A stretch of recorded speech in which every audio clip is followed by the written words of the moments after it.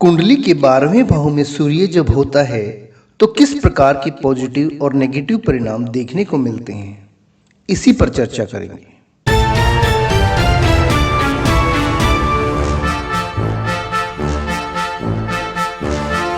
कुंडली का त्रिक भाव, जिसमें छठा, 8वां व 12वां भाव शामिल होता है, अच्छे नहीं माने जाते, क्योंकि विपत्ति, गर्त, अंधकार, शोक, दुख, पीड़ा, दुर्घटना, जेल, मृत्यु व रहस्यपूर्ण स्थान होने के कारण इन्हें दुष्टांत भाव के नाम से भी जाना जाता है।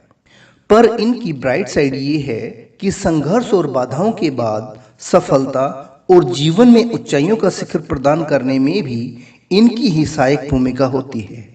कुंडली का 12वां भाव लगन से अति दूर, बंधन मुक्त एक खुला आकाश है, जिस पर गुरुदेव बृहस्पति और राहु का साझा प्रभाव होता है। इसलिए 12वें भाव में बैठा सूर्य राहु से प्रभावित अवश्य होता है।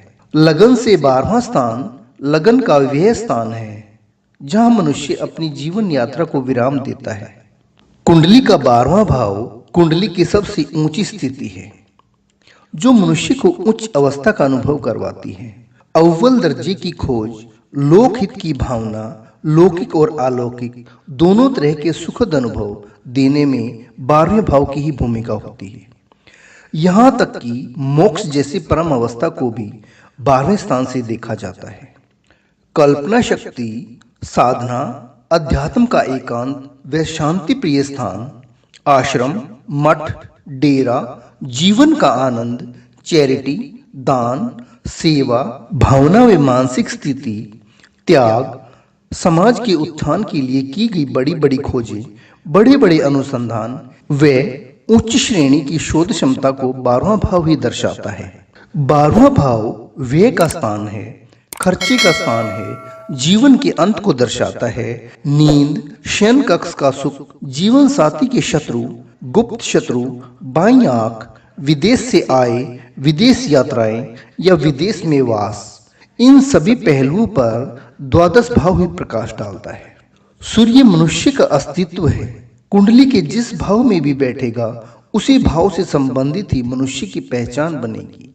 सूर्य जो कि मान सम्मान, साहस, आत्मविश्वास, आत्मज्ञान, इच्छा शक्ति, समाज सेवा, खेल जगत, जीवन स्तर, सामाजिक स्तर, अहम, चेतना, आंखें, हड्डियां वे पिता को रिप्रेजेंट करता है।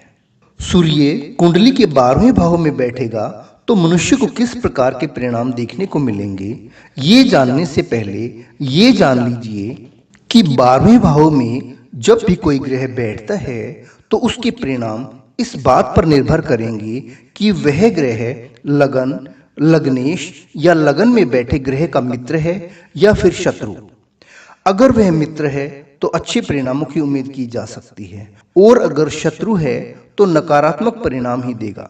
12वें भाव में सूर्य के शुभ परिणाम हमें जब मिलते हैं जब सूर्य चतुर्थेश, द्वादशेश, नवमेश या षष्ठेश होकर 12 भाव में बैठा हो, अर्थात सूर्य वृषभ लगन, कन्या लगन, धनु लगन, मीन लगन में यदि 12 भाव में बैठता है तो ऐसी स्थिति में सूर्य के परिणाम सकारात्मक व शुभ देखने को मिलेंगे। ऐसे मनुष्य हष्ट पुष्ट होते हैं, उच्च शिक्षा प्राप्त करते हैं। इनकी मित्र मंडली में भी उच्च स्तर के लोग शामिल होते हैं।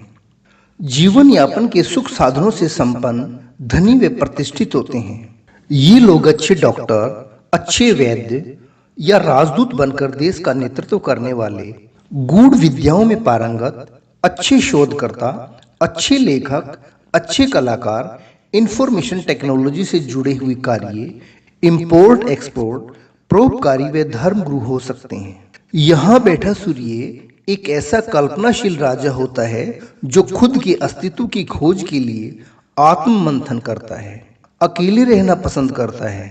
तकनीकी ज्ञान भी इनका अच्छा होता है, लेकिन इनके अंदर छिपी हुई प्रतिभा और आंतरिक गुणों को लोग समझ नहीं पाते। मेहनती होते हैं और रहस्यों को समझने की असीम क्षमता इनके अंदर होती है। मुसीबत के समय में इन्हें किसी न किसी का सहयोग, ईश्वर की अनुकंपा से मिल ही जाता है। अगर मंगल, गुरु, बुध इस भाव में बैठकर सूर्य से युति संबंध बना ले या फिर दृष्टि संबंध बनाए तो ऐसा मनुष्य भाई बहनों को सुख देने वाला, समाज में पिता को यश दिलाने वाला एवं धर्मात्मा होता है। वह विदेश में रहकर सफलता प्राप्त करता है।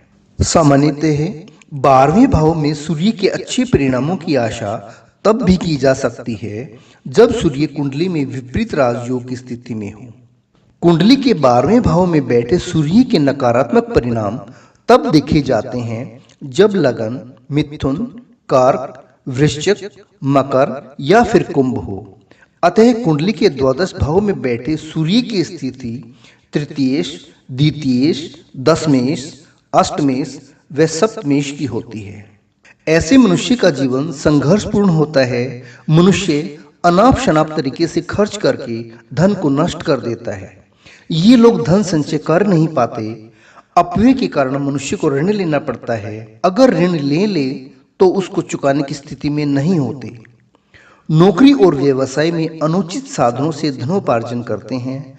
परिणाम स्वरूप आय की अपेक्षा धन की हानि, बदनामी व तिरस्कार का सामना करना पड़ता है। जीवन में पिता की उपस्थिति देखने को नहीं मिलती। मनुष्य वृत्ति से भोगी होता है, यौन क्रीड़ाओं में लिप्त रहता है, पर स्त्री संबंधों से मान सम्मान धूमिल होता है। शरीर में रोग प्रतिरोधक क्षमता कम होती है। अगर लग्नेश 12वें भाव में पीड़ित या कमजोर अवस्था में है तो मनुष्य रोगी हो जाता है। पैतृक संपत्ति मिलने में बाधाओं का सामना करना पड़ता है। सरकार से दंड मिलने की संभावनाएं प्रबल होती हैं। उच्च रक्तचाप, उदर विकार, पेट से संबंधित रोग, नेत्र विकार, हृदय रोग आदि होने की संभावना होती है। मनुष्य के जीवन में पारिवारिक क्लेश भी होते हैं। ऐसा मनुष्य जीवन से हताश और निराश होता है।